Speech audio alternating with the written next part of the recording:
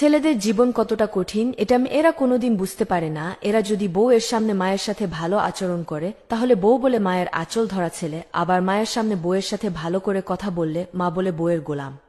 এরা নিজের ছেলে মেয়েকে যদি শাসন করে তাহলে বলে কোনো দয়া মায়া নেই পাষাণ, আবার শাসন না করলে বলে অনেক বেশি আশকারা দিচ্ছে।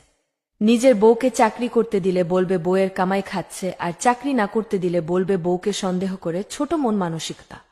সারাদিন ঘরের বাইরে থাকলে বলবে বাধাই মা, আর ঘরে বসে থাকলে বলবে বেকার, কাম কাজ নাই। বউয়ের গায়ে হাত তুললে বলবে নির্যাতক, আর বউয়ের সব কথা যদি মেনে নেয় তাহলে বলবে কাপুরুষ।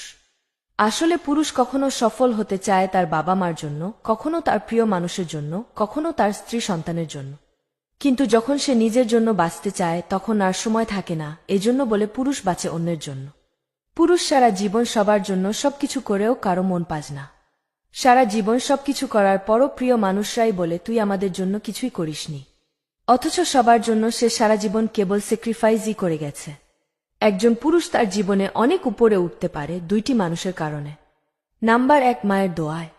আর দ্বিতীয়টি হল একজন আদর্শবান স্ত্রীর সহযোগিতায় এবং স্ত্রীর খরচের হাত যদি স্বামীর ইনকামের ভেতর সীমাবদ্ধ থাকে তাহলে সেই পুরুষ খুব দ্রুত অনেক উপরে উঠতে পারবে।